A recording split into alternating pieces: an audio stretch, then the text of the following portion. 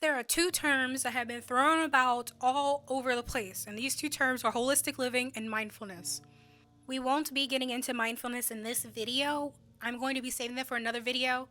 These two concepts are extremely important. They both fit together tightly like puzzle pieces, so it's important to have thorough breakdowns of each. Therefore, they'll all get their own little video. Holistic living is the comprehension of parts of our life that are intimately connected and referenced as a whole. Every component of your life and connecting them all together and realizing that there is a correlation between all of it. So think of it as like a circle. Every single piece fits together as a circle. And the thing about holistic living is, even though there's that textbook definition, it doesn't really give you anything to go off of. So we turn to look at what other people define as holistic living and what holistic living means to them. Well, the problem with doing that is that you don't really get into the nitty-gritty on what you actually value, you as yourself. You take a look at somebody else and you take what they put out there, and then you automatically try to place a value on that and correlate it to yourself. That's not going to work for you because it's not tailored to you. It's not tailored to your likes. It's not tailored to what makes you get up in the morning. So one of the main important things about holistic living is to take a note of who you are as a person and what makes you tick. Like, for instance, my way of unwinding can be different from your way of unwinding. For me, to unwind, I can take my favorite book or even just read from my phone, go sit in my reading nook and just read for an hour or two. That is an ideal way for me to unwind.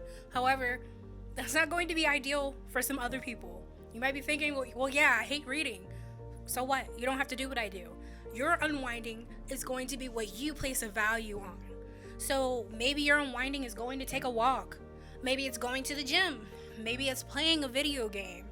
Or maybe it's putting on makeup, some nice clothes, and going to hit the town. That can be a form of unwinding for you. And it's different for everybody else. And that is where it's a problem, because all these influencers and all these other people are telling you that holistic living is all about eating healthy, going to go work out, wearing organic clothing. Yeah, that can be holistic living for them because that's what they place a value on. That's what makes them feel good. That's what makes the world around them move. However, that might not be for you. Yours can be a whole different definition, a whole different meaning attached. So for anybody that's looking to go down the route of living holistically, you need to learn about yourself. Holistic living is not easy. And it's not easy because you have to learn about yourself. I don't know why we are always in a constant state of motion. We don't take the time to dissect ourselves. And phew, that is a hard thing to do. Because from the start, many of us are not taught, we're not given the tools to be able to understand ourselves. We're not taught how to approach understanding ourselves, how to approach taking time for ourselves. Because from the beginning, it's kind of like we're taught to always have manners, be mindful of etiquette, be mindful of how you make somebody else feels.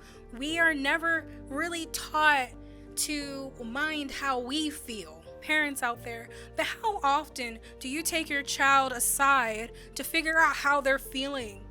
Whether or not it's something where they're lashing and acting out, have you ever tried taking them off to the side and asking them how they're feeling? Ask them what happened. Why did you feel the need to act that way? You're going to have a lot better outcomes when you take the time for yourself and take the time to understand how your mind works. Because at the core of learning how to live holistically to your standard, you have to know what you view as important. You have to know why you act certain ways that you do. You need to know what makes you happy, what brings you joy, what brings you sadness, what makes you infuriated.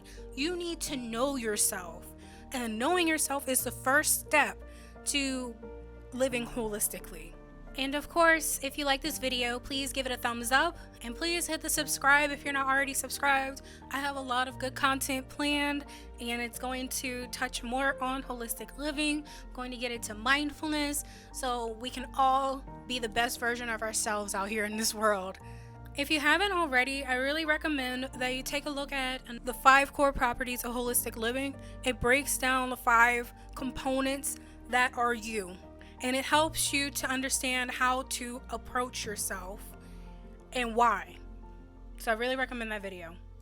Thanks for watching. I'll see you in the next video. Goodbye.